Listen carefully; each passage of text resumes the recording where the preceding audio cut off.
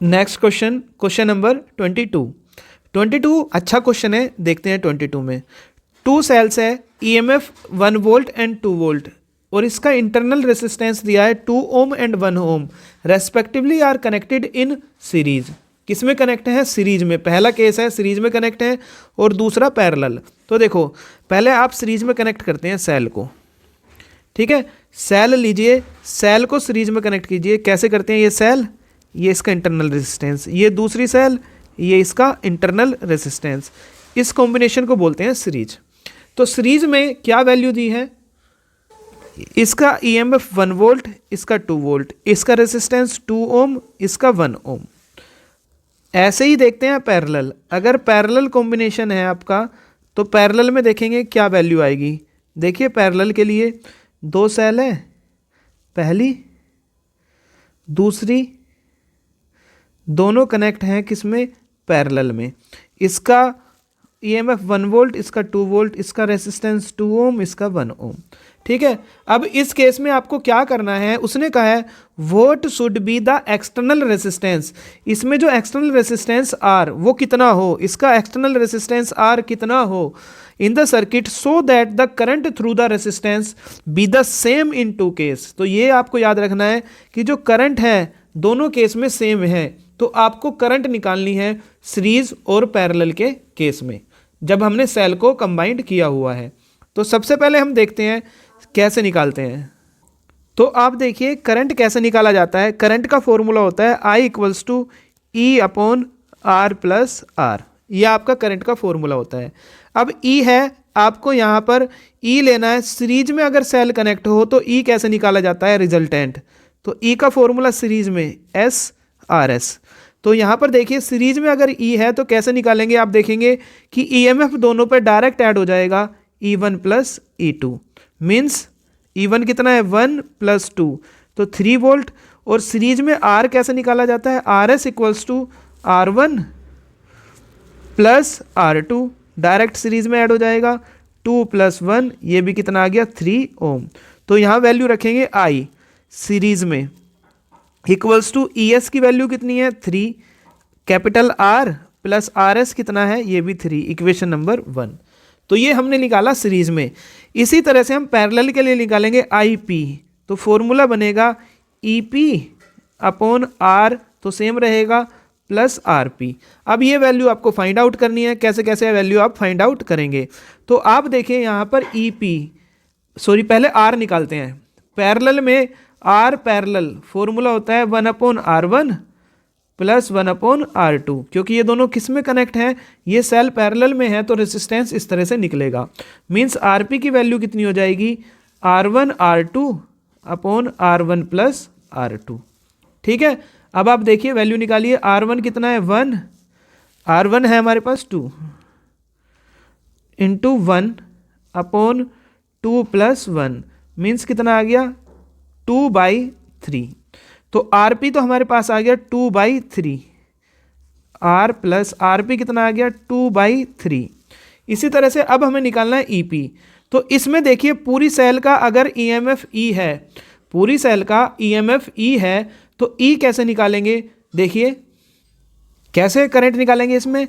E upon R equals to E1 upon R1 इसके across plus E2 upon R2। आगे solve करते हैं इसको। E upon RP, total R हम निकाल चुके, कितना आया?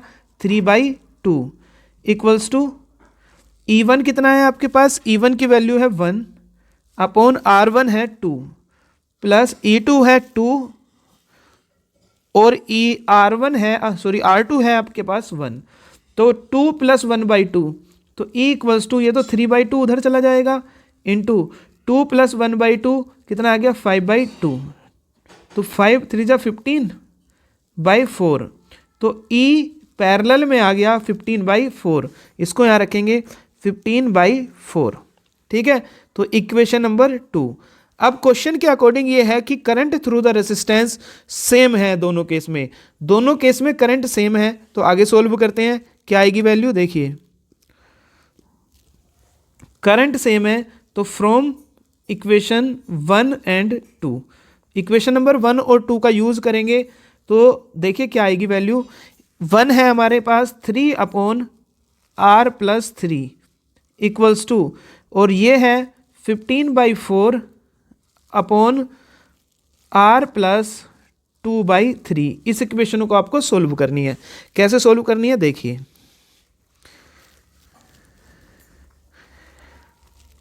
इसको हम सोल्व करेंगे, वैल्यू रखिए 3 की मल्टीप्लाई हो जाएगी r+2/3 में इक्वल्स टू r+3 की मल्टीप्लाई हो जाएगी 15/4 में।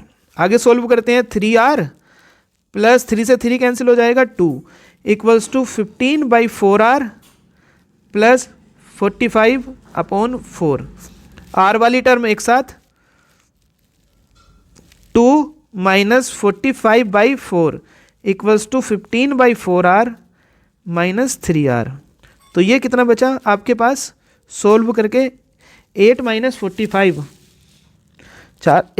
8 माइनस 45 कितना आ गया 37/4 इक्वल्स टू, इसमें से r कॉमन आ जाएगा तो कितना बचेगा आपके पास 3/4। 4 से 4 कैंसिल तो r की वैल्यू आ गई 37/3। मुझे लग रहा है कहीं गलती हुई है, देखिए इसमें कहीं कैलकुलेशन में 37/3। देखिए यहाँ पर i इक्वल्स टू हमने रखा था ये formula i equals to i1 plus i2 e upon r। देखिए r हमारे पास आया था 2/3 और यहाँ पर कितना रखा गया 3/2। तो यही गलती है थोड़ी, ये 3/2 ना होकर 2/3 है। ठीक है 3/2 नहीं है ये 2/3। 2 से 2 कैंसिल तो ये आएगा 5/3। 5/3 तो ये क्या बनेगा 5/3। 5/3 आगे रखेंगे, यहाँ सोल्व करेंगे इसको 5/3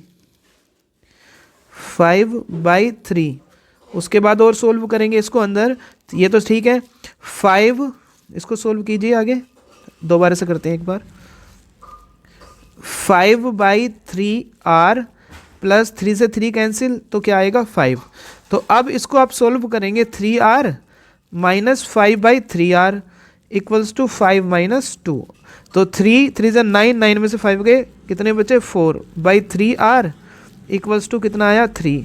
तो r की वैल्यू आपके पास आ गई 9/4 means r equals to 2.25 Om.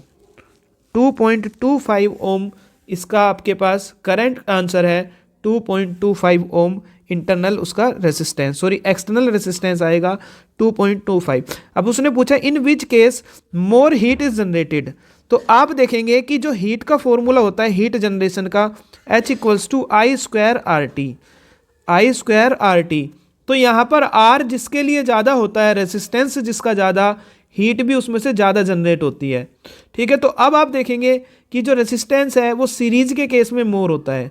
Series के केस में R क्या होता है ज़्यादा, तो हीट भी सीरीज के केस में ज़्यादा होगी। तो सीरीज में रेसिस्टेंस की वैल्यू क्या होगी ज़्यादा होगी, हीट ज़्यादा प्रोड्यूस होगी। किस केस में सीरीज के केस में।